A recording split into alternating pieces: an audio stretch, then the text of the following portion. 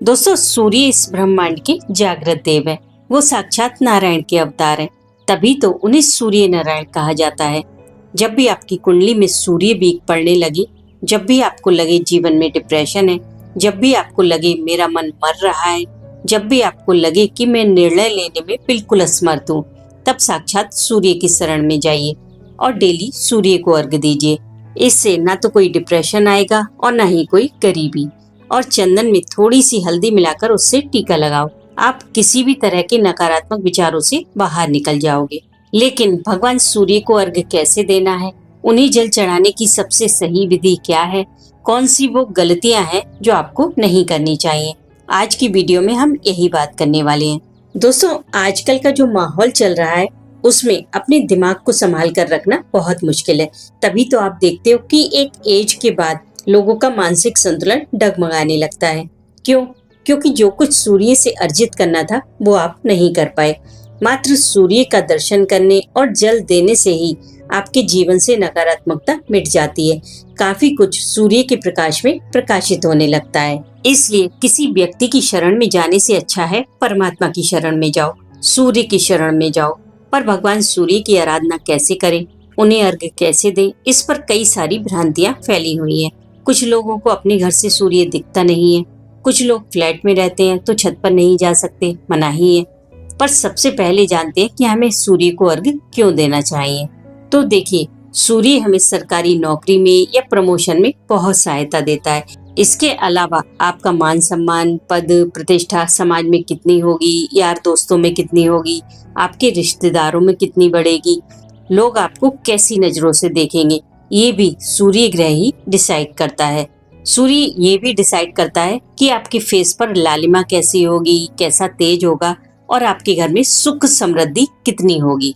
भगवान सूर्य को अर्घ देने से आपकी पर्सनालिटी इतनी अट्रैक्टिव बनती है कि लोग स्वयं आपकी तरफ खींचते हैं, आपसे बात करना चाहते हैं और कोई आपको जल्दी मना नहीं कर पाता, क्योंकि आपका ऑरा इतना विशाल हो जाता है कि कोई आपको ना कह ही नहीं पाता।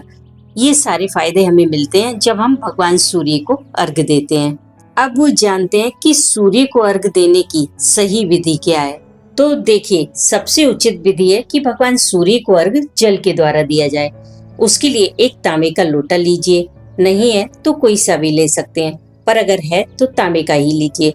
उसमें जल भरें, फिर जल में थोड़े से अक्षत, शक्कर और एक लाल फूल डालें। अब भगवान सूर्य को अर्घ देने का सबसे बेहतर समय क्या है? वो है सूर्योदय होने से पहले ही उठ जाएं। जब सूर्य निकलते हैं उससे पहले उनकी लालिमा आकाश में आ जाती है। उस समय यदि आप सूर्य देव को अर्घ देते हैं तो ये सबसे अच्छा रिजल्ट देता है। इसका मतलब है सूर्य देव का स्वागत करना, कि आप पहले से उनकी प्रतीक्षा में खड़े हैं।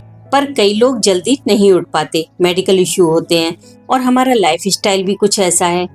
और कई लोग ऐसे भी होते हैं जिन्हें उठते ही कुछ खाकर दवाई लेनी होती है, तो वो लोग क्या करें? तो देखिए, अगर आपके मन में सूर्य देव को अर्घ देने की इच्छा है, उनके प्रति श्रद्धा है, तो जब भी आप उठें, स्नान करें, तब भगवान सूर्य को जल अर्पित कीजिए। ठीक है, ना चढ़ाने से बेहतर है जब भी आपको समय मिले तब जल चढ़ाएं, पर भगवान सूर्य को अर्घ जरूर दें। अब जिन्हें सूर्य सुबह अपने घर से दिखाई नहीं देता, वो क्या करें? कई बार बादल होते हैं, कोहरा घना हो जाता है, तब भी सूर्य भगवान दिखाई नहीं देते। तो देखिए, दिखाई तो परमात्मा भी नहीं देता और ना ही वायु दिखाई देती है, पर वो है ना। ऐसे ही भगवान सूर्य भले ही आपको ना दिखाई दे, पर वो है हर जगह।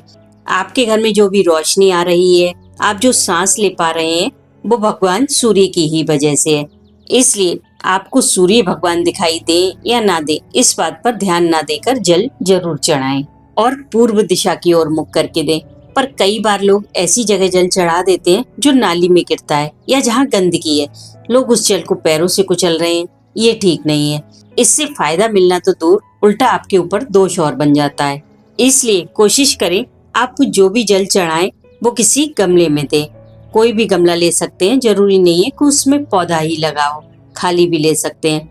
पर ध्यान रखिए, जल देते समय कुछ छींटे आपके ऊपर भी आने चाहिए। अब एक लास्ट चीज आप जान लें, इसके बिना सूर्य देव को दिया गया जल फलित नहीं होगा, और वो है अर्घ देते समय मंत्र बोलना। अर्घ देते समय आपको बोलना है, ओम ह्रीम सूर्याय नमः। बहुत छोटा सा मंत्र है पर बहुत पावरफुल है। सिर्फ 11 बार कर लीजिए, काफी है। अब वो जल देते समय लोटा कैसे पकड़ें? तो अपने दोनों हाथों को जोड़कर उसमें लोटा पकड़ें और अपने सिर के ऊपर ले जाएं। फिर अंगूठे से थोड़ा झुकाते हुए धीरे धीरे सूर्य देव को अर्घ्य दें। ये सबसे सही विधि है। इसी तरह आप नदी में खड़े होकर भी सूर्य देव को अर्घ्य देते हैं। अब कितने दिनों तक करें ये? तो सूर्य देव को अर्घ्य हमें आजीवन देना चाहिए। इसमें ना तो हमारा धन खर्च हो रहा है और ना ही समय, पर हाँ, हमें मिल बहुत कुछ जाएगा। लेकिन फिर भी हमारा पहला क्वेश्चन यही होता है कि हमें कितने दिनों में फायदा होगा। उसके लिए केवल 40 दिन अर्घ्य देकर देखिए, आप अपने जीवन में खुद ही चेंज पाएंगे। आसपास के लोगों का व्यवहार आपके प्रति बदल जाएगा। लोग आपको सम्मान की नजरों से देखने लगेंगे और सबसे बड़ी बात, आपका कॉन्फिडेंस का जो लेवल बढ़ेगा, उसे देखकर तो आप खुद भी चौंक जाएंगे। इसे करने से आपके जीवन में धन, पद, प्रतिष्ठा, मान सम्मान, किसी चीज की कोई कमी नहीं रहने वाली।